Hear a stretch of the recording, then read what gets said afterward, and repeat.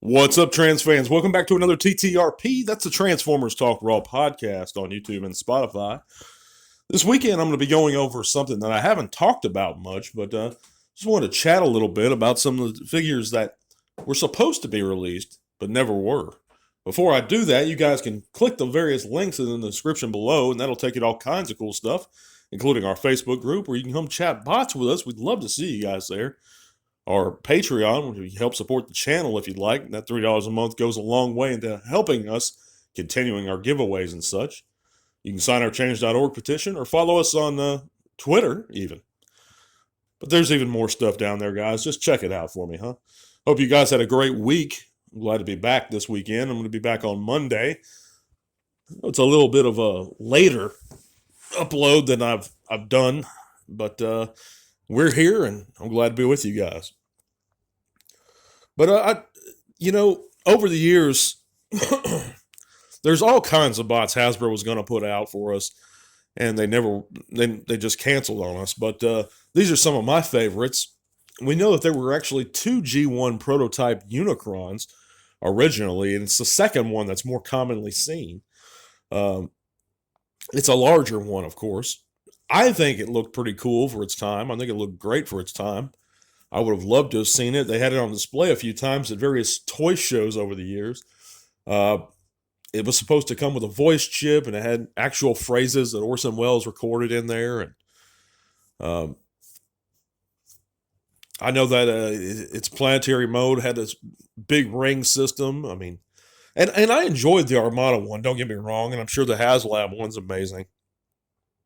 Even though I'd never, ever pay that much for a HasLab figure, even what they were initially asking for it. Yeah, the original, I think it would have been just under Fort Max's height. The second prototype, that is. But it looked good to me. It looked very similar to Orson Welles himself, ironically. But yeah, I don't know how, and you'd think that it would have been popular, and if it was smaller than Fort Max, they actually could have released it at retail. But they chose not to for some reason, and that's crazy to me. I know there was a prototype RC and a different version of Cyclonus too. But we also had those G2. Some of my favorites were those G2 Stunticons and Protectobots that we see pop up every now and then on the secondary market for insane prices.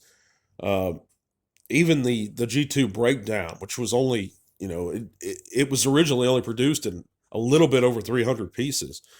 I think probably a little more than that, but they say only about 300. But the colors were so great.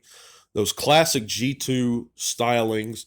It just would have been really good to see those figures released again around that time period.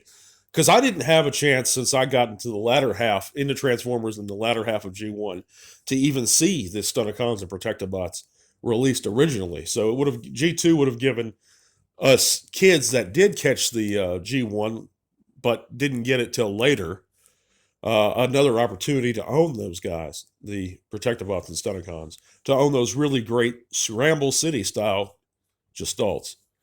Because the only Scramble City style combiner I saw released, well, no, I'll take that. I did actually see the Technobots, Terracons, and Seacons, but I didn't really have a chance to own them. I was kind of at the mercy of whatever my parents wanted to buy me or whatever I happened to get at the time. But I was at an age with G2 where I could save up money. I could buy a little bit of what I specifically desired. And yeah, it just would have been really awesome to see those guys.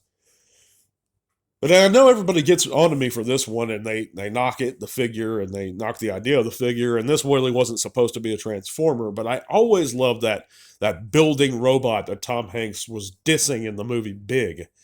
I think it's a more practical idea to have just a large building. To me, Metroplex should have just been one large building instead of a city, rather. I think it's more practical. It would have made more sense from a scale perspective. You could have still done the helipad and everything on the building if you wanted that. But because Metroplex, he's really not even a city for MicroMasters. He looks more like a base for MicroMasters. But an entire city for regular Transformers, it's just ridiculous. That Metroplex, I mean, the G1 Blaster stood his same height, I believe.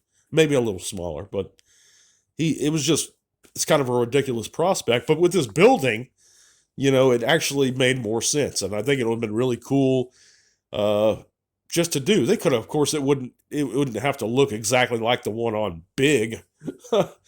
But it could have been like a Cybertronian building, or it could have been, it could have had a different face sculpt. But I digress, guys. Those are just some of my favorite ones over the years that were supposed to come out and weren't. What are some of your guys' favorite bots that were supposed to come out and didn't?